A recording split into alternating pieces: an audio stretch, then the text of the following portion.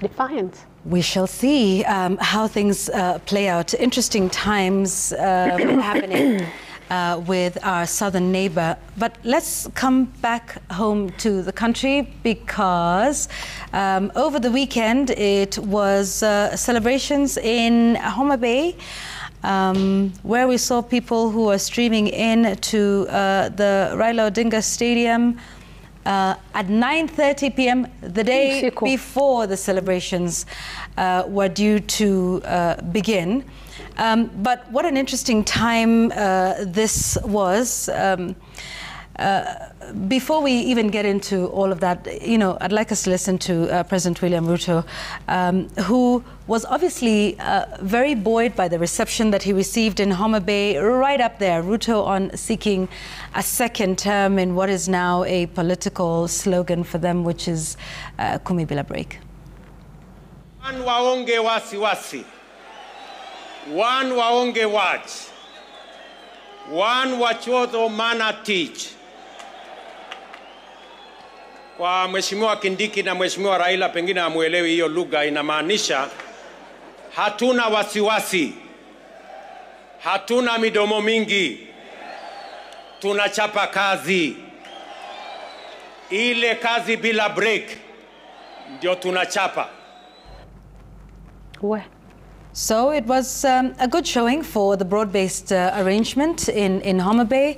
Rousing welcome from the residents there. Many of those. So Jamila, this was an interesting time for, or an interesting signal for the broad-based arrangement. Beyond the significance of Madaraka Day, 62 years of self-rule. I don't know. Sometimes I forget whether we remember what that day is supposed to be. National. Yeah. Uhuru wa kujitawala, because of all the politics that surrounds it. But yes, we were in Homa Bay this past weekend, and you talk about how by 10 p.m. on Sunday the terraces were full. By 9 a.m. on Sunday it was what we call survival for the fittest. I think the 12,000 capacity stadium was packed. Yeah. By the way, they opened 2 gates at 9:30 p.m. and then opened other gates at midnight because the pressure was just too much to bear. Yeah. By the time it was 6 o'clock in the morning, they had to do that again. So people literally slept at the stadium. They slept at the stadium. That was just fascinating. I don't think we'd seen that with the way the national celebrations have been going around the counties. This is the first time tumeona watu wameenda kulala huko. And it tells about the community there. They're very passionate about leadership and the belief in government and politics. And right now, President William Ruto is enjoying the fruits of that passion that the people of that area have. But yeah, the 12,000 capacity stadium was packed, and then some people actually sat on the floor. And after all that, I think we need to mention here that there were journalists who were harassed and attacked and injured, including our own cameraman Efantes Maina and journalists from other media houses who were really harassed by the security agents there and beaten. And it was terrible, considering the fact that they actually had double accreditation. We have the Media Council one that we all have. We also have the ones from our media houses. And then you have a specific one for that particular occasion. You always are sending the names and ID numbers of those who are going to attend, who are going to cover, and you have all these 3 with you. And then your tools of trade, ukona camera, ukona microphone, and then bado unapigwa na kuwa harassed. That was very, very unfortunate. But then, we talk about how stadium ilikuwa imejaa. I think we need to listen to residents of that area who talk about the thrill of Madaraka Day celebrations in Homa Bay, just to get a sense of how happy they were that the celebrations had come home to them. Hapa jana saa 5 usiku kwa sababu nilijua nikichelewa kufika katika uwanja huu wa Raila Stadium nitakosa nafasi kwa sababu ya umati wa watu. Tulikuwa hapa na drama na kadhalika, yani full entertainment. Tulikaa hata sikujua tulimaliza saa ngapi. Mimi nimejikuta tu tumefika asubuhi. Tangu hiyo jana hadi wakati huu ni raha tu, hata sisikii njaa hata kidogo. Nilikuja hapa kuona President Mr. William Ruto. Alifanya kazi mkubwa sana. Tumeshukuru tena, tumeasanti. Mimi nimefika hapa jana saa 12 nikitarajia kuona mazungumzo yenye rais atatupea. Hadi sasa nimependelea kwa sababu naona tangu hii broad-based government ikue maendeleo inafika kwa account kwa uzuri kabisa. Bas, Kiswahili kitukuzwe. Tukuzwe. What did we say on our group? Kifukuzwe. But clearly, you can hear from what they're saying how happy they are that these celebrations have come to Homa Bay for the first time since independence. And then, of course, now part of the reason why, the main reason why Rais alikaribishwa hapo sana is because of the broad-based arrangement and who Raila Odinga is to the people of that region. And then, of course, now their friendship, their understanding came out to play. And I think we need to listen to Raila Odinga commending the president for apologizing during the national prayer breakfast. I saw that during the prayer breakfast recently this week, there was apologies that were being made. The speaker and yourself, which is wonderful. See, it was all happy.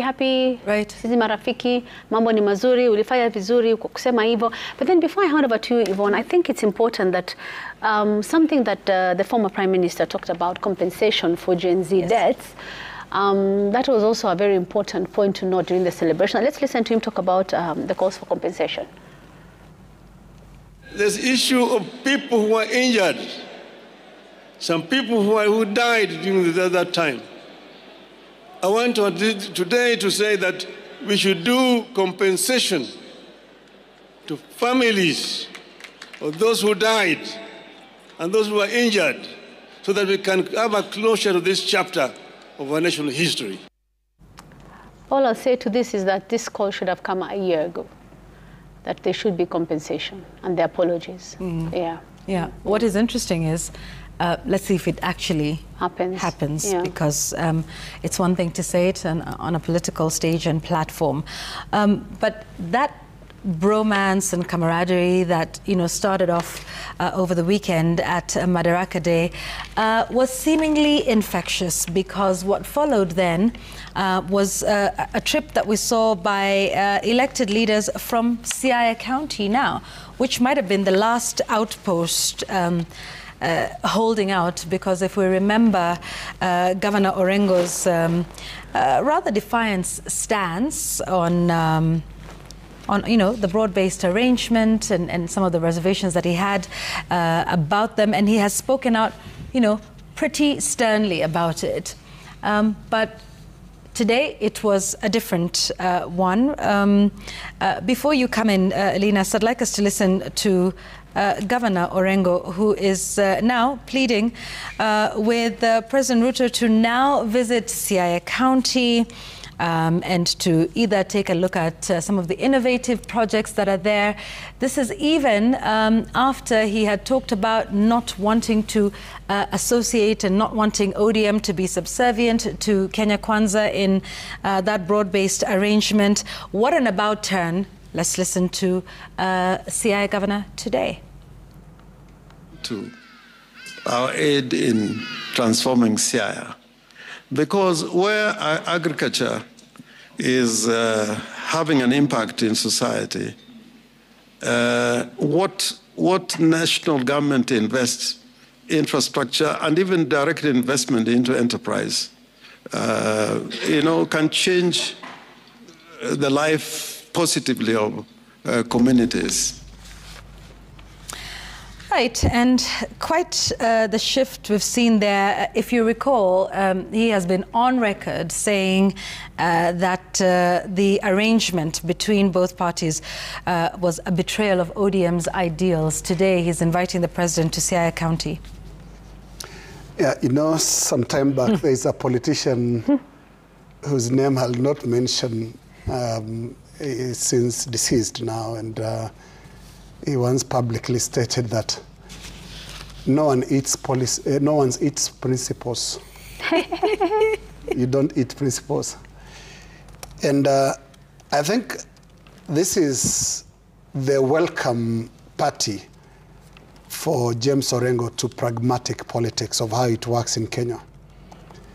He's always, and actually almost consistently, done what he had done before going to State House today, which is take a stand that sometimes differs from the wave, and he ends up paying a price. I remember when the party leader of the National Development Party Raila Odinga entered into a cooperation agreement with former President, the late Daniel Arap Moi, in 2001, getting to 2002, James Orengo stood out again as a principled politician and said, no, we can't work with that regime. And what happened to him, he was at the time, he was at the time with Professor Anyang' Nyong'o, and they both took a very clear stand that they can't work with Moi. Raila Odinga took the cooperation to the next level, which is included joining the cabinet as Minister for Energy. And I remember there was one of those harambes that are normally organized as a contest to see who is who. And this was happening in Ugenya, a place called Ugunja, that is right in the middle of James Orengo's then constituency of Ugenya. And Raila Odinga went there and had his Arambe, supported by the state. I remember the PC, that's the provincial commissioner at the time, Peter Raburu, you know, making sure things are fine. Police are deployed. I also remember meeting alone James Orengo in a roadblock, a police roadblock, trying to access Ugunja, and he could not. Long story, he ended up paying the price for that stance in 2002 because he walked a different direction from Raila Odinga. He ended up running for president, and of course the winner was Mwai Kibaki. That is James Orengo. What is happening today is, and we could be speculating again, that is he reading the signs that the region, especially you have Homa Bay, giving President Ruto a very warm welcome. You've had the president going to Migori so many times, I think between 3 and 5 times in recent times. And so that leaves, Kisumu is also not that hostile. That leaves Siaya and Orengo as the lone voice, sort of taking a stance against President Ruto and this broad-based arrangement. So, is he in now? I think once you are in State House like that, there is no other baptism ritual than that. And you saw Orengo humbly eating his words and basically embracing the new reality. Where is this going? I think where this is going is a potential coalition relationship between ODM and UDA. Is it too early to start talking about that? No, it's not. It can happen. It can also fail to happen. Again, remember our story with the coalitions in this country. 2 years is a very long time to the next general election.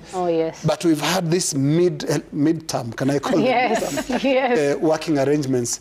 Because we remember Uhuru Kenyatta, when he had problems with his then Deputy President, William Ruto. He also went to Nyanza and had a working relationship that actually saw him serve a very comfortable second term, where he was very, very happy. It's even joked that whenever he felt a bit of a strain, he would dash to Kisumu for a good pump of the ego. Yes, make it feel good. Yeah, and the one assignment we've not done today, which we should have, is to count President William Ruto's trips to Nyanza region recently, and especially after the fallout with this former Deputy President Rigathi Gachagua. I don't want to bore you with my usual story of the 3 mountain, rift, and the lake. It's a 2-seater. So bus, yes. Yeah, it's a 2-seater. Okay. So when the rift and the mountain are in, the lake has to be on the side. When the rift and the mountain, the rift and the lake are in, mountain is out. Mountain is out. Yeah.